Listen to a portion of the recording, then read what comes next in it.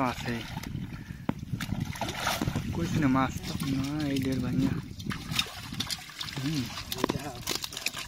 So বন্ধুরা আজকেও ডাঙার মধ্যে চলে আসছি, আর এখানে হলো দুয়ের আছে, ঠিক আছে। আমার বাবা শাক খুয়ে, তো এটাকে আমাদের আঞ্চলিক ভাষায় বলে কয়ে দুয়ের।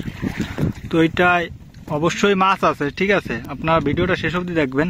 এটা নর আসছে, এটা মাঝে মাছ আছে, অনেক কষ্ট করে আসছি। না এটা মাছ আছে, মাছ দেখা গেছে, এটা অবশ্যই মাছ তো আছে, কইছি না মাছ তো আছে। যেটা আপনারা দেখতেই পারলেন, আসলে এই দৌড়টা নড়াই ছিল, ঠিক আছে। আগে থেকে আমি বুঝছি, আমি যেহেতু কিছুদিন বাবার সাথে আসতেছি ডাঙায়, তাতে আমি অনেকটা এখন বুঝি, ঠিক আছে, যে কোনটায় মাছ আছে কোনটায় নাই। এই জায়গার প্রত্যেকখানে, এখানে আরো কয়েকটা আছে, তো সবগুলোতেই বাদে।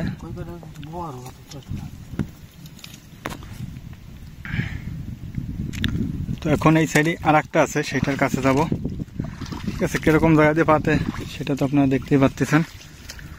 তো এখন কোনটা থাকবা, ওই জোলা আছে নাকি?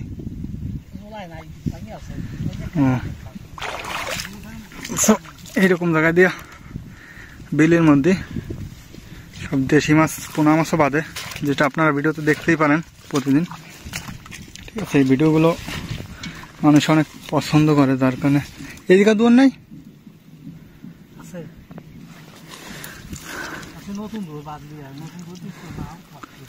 ঠিক তো ফাঁসছি না ওইটা পাইতে। এই জায়গার একটা আছে, ঠিক আছে।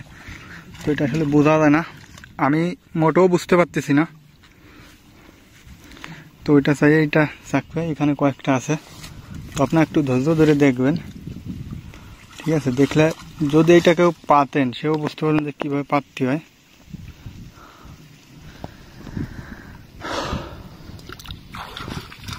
ওইটা পাতা শেষ, এখন এইটার কাছে আসবে, ঠিক আছে।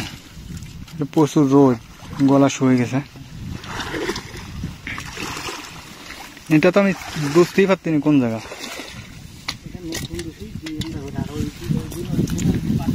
বন জঙ্গল দেয়া না, এই দেড় ভাঙিয়া।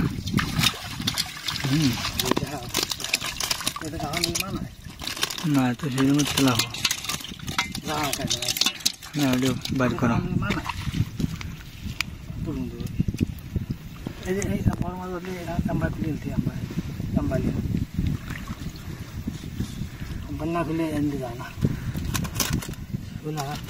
হ্যাঁ শৈল বাচ্চাটা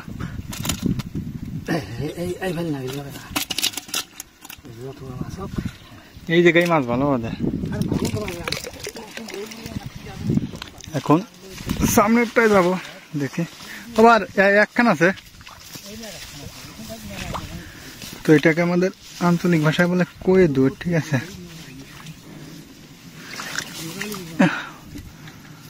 নরায়ণ যেমন তেমন, এটা তো তলায় ফেলাইছে এক প্রকার।